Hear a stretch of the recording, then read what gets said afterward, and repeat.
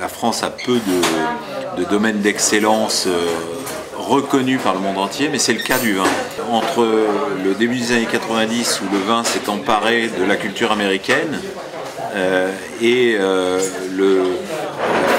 fin des années 2000, le début des années 2010, où il s'est emparé de la culture chinoise, le vin est devenu un produit mondialisé. Et dans ce produit mondialisé, contrairement à ce que vous pourrez craindre, il n'y a pas du tout d'uniformisation. C'est-à-dire qu'il n'y a pas de marque internationale du vin comme ça qui écrase tout. Il n'y a pas de Coca-Cola du vin. Au contraire, ce qui intéresse dans le vin, c'est sa variété, c'est ses nuances. Et très souvent, ceux qui sont les plus extraordinaires pour créer des nuances, pour créer de la variété, ce sont les producteurs français.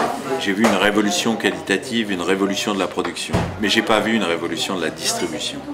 La distribution, elle résonne encore globalement, comme elle résonnait il y a 30 ans, notamment parce qu'elle est archi-dominée en France à la grande distribution, qui peut faire un bon travail au moment des foires au vin, etc., mais qui, le reste du temps, a une culture de volume, de prix très bas. Et c'est un peu pareil dans la restauration. La restauration, elle a un champ extraordinaire dans toutes les villes, mais en particulier à Paris, à s'ouvrir si elle s'intéressait un peu plus au vin, si elle ne voyait pas le vin comme un moyen de gonfler un peu l'addition, etc., mais comme un atout, en sélectionnant mieux les vins, en choisissant. Encore une fois, on peut trouver des très bons vins à des prix très accessibles et les mettre en valeur sur une carte d'un restaurant, en les servant au verre, etc. Ça, il y a une vraie révolution de la distribution qui n'est pas encore faite et qui doit être faite maintenant. Moi, j'ai vu le monde du vigneron se transformer d'un monde de paysans, avec tout ce que ça comptait de force et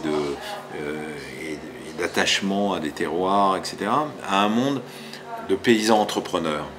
C'est-à-dire qu'ils ont gardé ces valeurs qui sont formidables, mais ils y ont rajouté aussi une dimension d'entrepreneuriat qui parfois,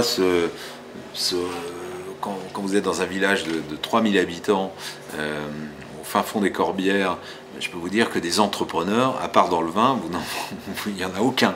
Mais celui-là, il est là, il a envie de faire grand et de conquérir le monde. C'est formidable et nous, on est là pour scruter ça et puis donner le coup de pouce qu'il faut à ces gens-là, au Wine Lab comme ailleurs. Merci. Merci.